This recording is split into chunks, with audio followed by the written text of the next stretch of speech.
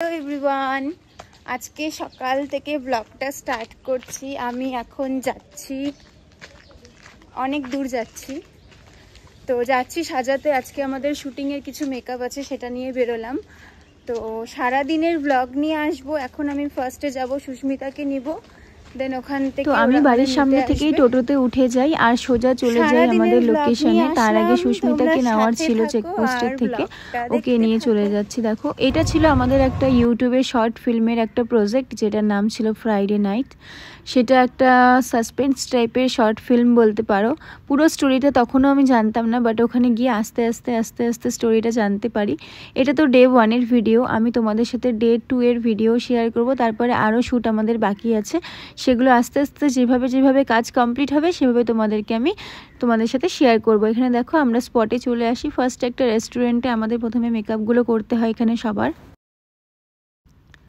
তারপরে এখানে touch up দেওয়ার পরে আমাদের মেন কাজ ছিল আউটডোর, মানে যতগুলো শ্যুট ছিল এখানে সেদিনের সমস্তটাই আউটডোর নেওয়া হয়।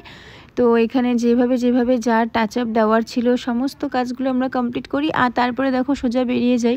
গাড়িতে আমার একটু প্রবলেম হয়, তোমরা অনেকেই জানো। তো গাড়ির মধ্যে এখানে কিছু সিন চলছিল, শ্যুট হতে আমরা যাচ্ছিলাম, কিন্তু আমার রাস্তায় শরীরটা খারাপ হয়ে যায়। তাই আমি আরেকজন দাদা যে যাচ্ছিল তার সাথে বাইকে করে চলে যাচ্ছিলাম। আমাদের স্পট ছিল ফার্স্টে রোহিণীতে যাওয়ার পরে আমাদের ওখানে কিছু সিন ছিল। আর দেখো, এখন বেশ একটু রিল্যাক্স ফিল হচ্ছে, কারণ আমি বাইকে যাচ্ছি আর আমার বাইক রাইডে ভীষণ মজা লাগে।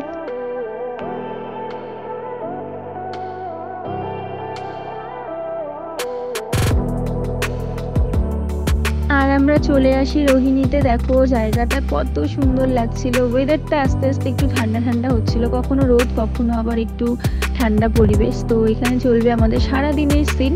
তো এখানে এসে স্পটে এসে একটু টাচ আপ দিয়ে রেডি করিয়ে তারপরে আমরা আবার চলে যাই। এখানে সারাদিন যেভাবে শ্যুট হচ্ছিল সবটাই তোমাদের সাথে শেয়ার করলাম। শুটিংয়ের কাজ আমার ভীষণ ইন্টারেস্টিং লাগে, কারণ মেকআপগুলো থাকে এখানে অন্যরকম।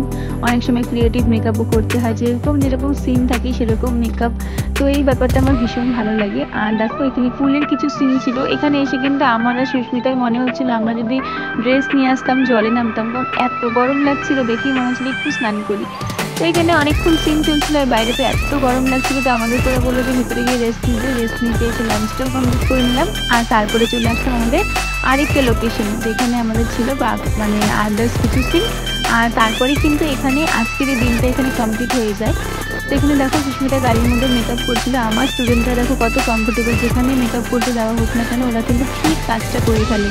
সেজন্য কোনো লাইট, কোনো জায়গা দরকার পড়ে না। তো এখানে দেখো, তারপরে আমাদের সিন চলতে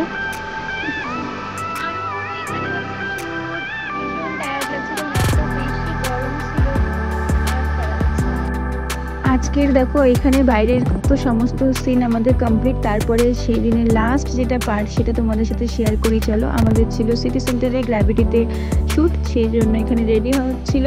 আমরা একটু ড্রেসটা চেঞ্জ করে নিলাম আর ওদেরকে রেডি করে দিচ্ছিলাম ফাইনাল। আর এটা আজকের জন্য লাস্ট সিন ছিল। তো যেহেতু ভেতরে যাব, তো একটা নিজেদেরকে তো একটু রেডি করতে হবে। দেখতেই পেলে আগের পার্ট, মানে আগের ভিডিওতে আমার অবস্থাটা কতটা গরমে টায়ার্ড লাগছিল। তো এখানে হালকা করে টাচ আপ দিয়ে তারপরে আমরা চলে যাই সোজা আমাদের সিন যেখানে ছিল সেই স্পটে।